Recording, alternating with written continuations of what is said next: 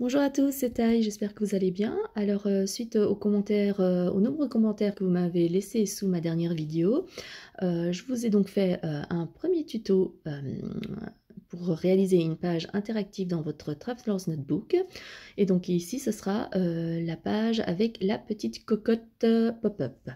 Donc pour cela, j'utilise la dernière collection de Béatrice Garny pour m'ADT Auberge et Loisirs. Et donc j'ai décidé de prendre ce papier-là qui me paraissait bien. Il est neutre, mais tout en étant très joli avec une belle couleur menthe comme ça que j'aime bien. Et donc voilà, pour cela, pour réaliser votre cocotte pop-up, vous aurez besoin donc d'un carré de 14 cm sur 14 cm.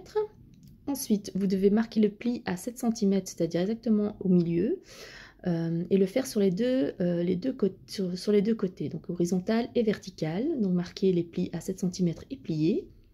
Et pour que l'effet pop-up puisse être possible, il faut marquer un dernier pliage ici. Donc vous mettez votre carré à la diagonale et vous tracez un trait de haut en bas. Donc notez bien qu'il faut le faire qu'une fois, pas sur les deux diagonales. Et voilà, et donc maintenant il ne reste plus qu'à plier. Donc le pli doit être vers l'intérieur, comme je le fais à l'image ici. Donc assurez-vous que le pli aille à l'intérieur et pas à l'extérieur. Et vous finissez avec un petit carré. Voilà, tout simplement. Et donc c'est ça que nous allons coller dans le carnet afin d'obtenir l'effet pop-up. Donc sur un des côtés du carré, vous mettez de la colle double face et vous l'alignez bien. Attention à ce que ce soit bien serré à gauche sur le pli du carnet.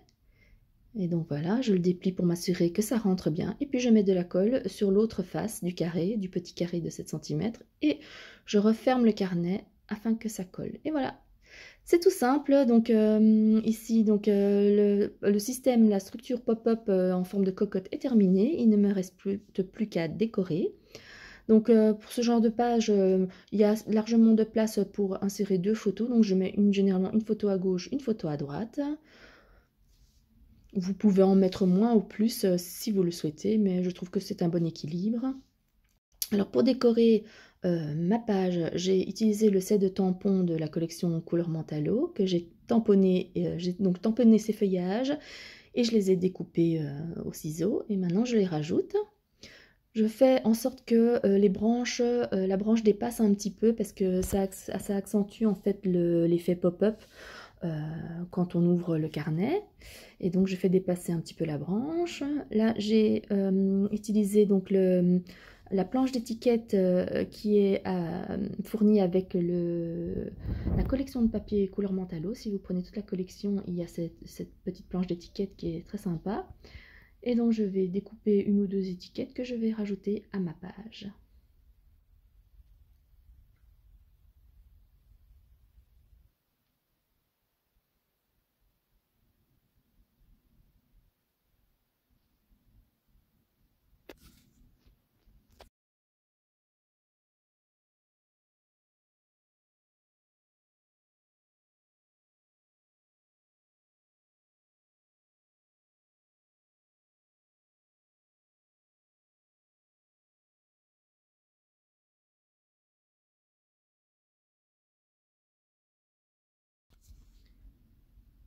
Alors ensuite pour la déco, j'aime beaucoup ces carnets d'autocollants en fait de la marque American Crafts. Ici c'est le carnet d'autocollants de Maggie Holmes.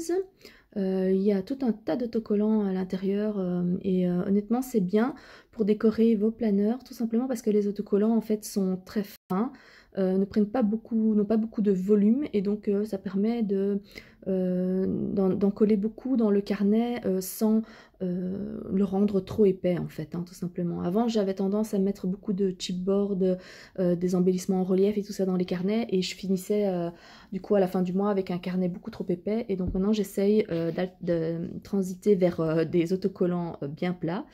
Et donc ces carnets sont vraiment top parce qu'il y a énormément d'autocollants dans un carnet. Il y en a toutes sortes, il y a des mots, des petits oiseaux, des phrases, des étiquettes, enfin c'est très très varié et ça permet en fait de décorer très rapidement en fait vos carnets, vos planeurs et tout ça. Euh, voilà. Et comme c'est déjà autocollant, pas besoin de colle, contrairement aux die cuts où on doit rajouter de la colle derrière. Donc je suis vraiment une grande fan de ces carnets et je vous les recommande si vous voulez travailler dans un traveler's notebook ou un planeur. Voilà, je rajoute mes petites étiquettes. J'aime bien donc en mettre beaucoup. Je rajoute également donc une seconde branche que j'ai tamponnée et découpée.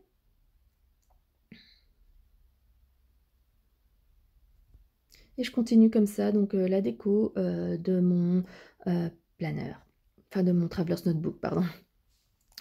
Et donc je vous remercie déjà beaucoup pour tous les commentaires que vous m'avez laissés sur la vidéo précédente. Franchement, ça me fait plaisir et ça m'encourage, ça me booste, ça me motive énormément pour faire d'autres vidéos.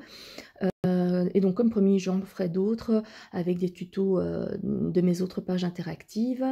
Et donc, n'hésitez pas, si vous n'êtes pas encore abonné, à cliquer sur le bouton abonnement. Vous pouvez également activer la clochette.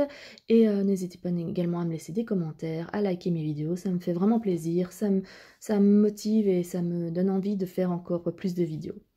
Voilà, et donc j'espère que cette vidéo vous aura plu, que j'aimerais vraiment vous donner envie de vous lancer dans les Traveler's Notebook parce que je trouve que les possibilités de création sont vraiment, comment dire, vraiment infinies. C'est vraiment un format génial.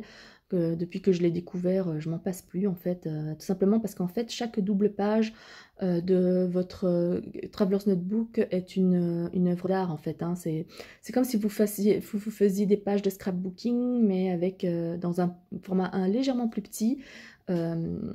Et ça permet de les conserver dans des carnets sur une étagère.